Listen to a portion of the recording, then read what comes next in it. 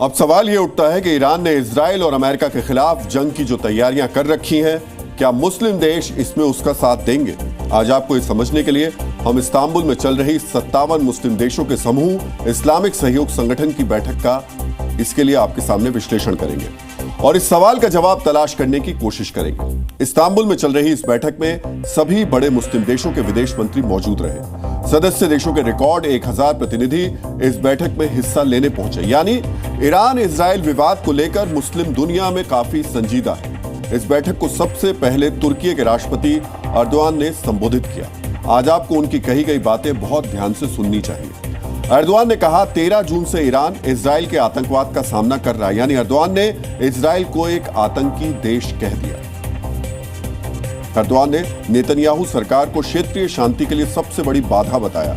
यानी इजराइल को पूरे मिडिल ईस्ट के लिए खतरा बताया और आखिर में उम्मीद जताई ईरानी लोग इन चुनौतीपूर्ण दिनों से पार पा लेंगे। यानी अपने बयान में अर्दोआन ने ईरान के साथ सहानुभूति दिखाई, इजराइल के खिलाफ बयान भी दिया, लेकिन इस युद्ध में ईरान की मदद करने की बात नहीं की।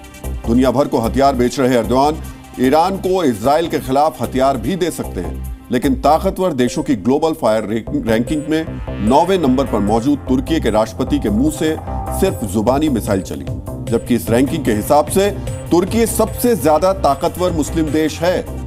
लेकिन तुर्की ऐसा क्यों कर रहा है, आज आपको यह भी समझना चाहिए। मुस्लिम मुल्कों का खलीफा बनने का सपना देखने वाला तुर्की ईरान का साथ देने से बच रहा है, तो इसकी पहली वजह है इजराइल की आक्रामकता और ताकत, जिसे देखते हुए कोई भी मुस्लिम मुल्क उससे सीधी दुश्मनी मोल नहीं लेना चाहता। इजराइल ईरान युद्ध में अमेरिका इजराइल के साथ खड़ा है और अमेरिका के इस युद्ध में शामिल होने की आशंका भी जाहिर की जा रही है। वहीं तुर्की अमेरिका की अगुवाई वाले संगठन नेटो का सदस्य देश है। अगर नेटो के अनुच्छेद 5 यानी कलेक्टिव डिफेंस को लागू किया जाता है तो तुर्की को भी अमेरिका का सहयोग करना होगा। इस अनुच्छेद के मुताबिक नेटो के किसी भी सदस्य पर हमले का जवाब सभी सदस्य देश मिलकर देंगे। इसके अलावा अमेरिका से सैन्य और आर्थिक संबंधों के कारण भी तुर्की इस युद्ध में ईरान का साथ नहीं दे सकता। मतलब साफ है, मुस्लिम दुनिया में छवि चमकाने के लिए तुर्की भले ही इजराइल के खिलाफ खुलकर बयान दे, लेकिन वो ईरान का युद्ध में साथ नहीं देगा। इसकी संभावनाएं हम बता रहे हैं बिल्कुल भी नहीं। लेकिन दूसरे मुस्लिम मुल्कों से भी ज्यादा उम्मीद नहीं की जा रही है। इस्लामिक देशों के संगठन में पाकिस्तान इकलौता ऐसा मुल्क है जिसके पास परमाणु बम है। ओआईसी की मीटिंग में पाकिस्तान के विदेश मंत्री इसहाक डार ईरान के विदेश मंत्री के ठीक बगल में बैठे दिखाई दिए।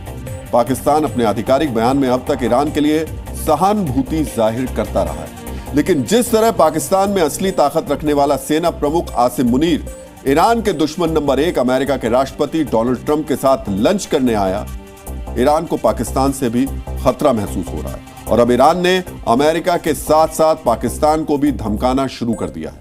आज आपको भारत में ईरानी दूतावास के उप मिशन प्रमुख जावेद हुसैनी के बयान के बारे में जरूर जानना चाहिए।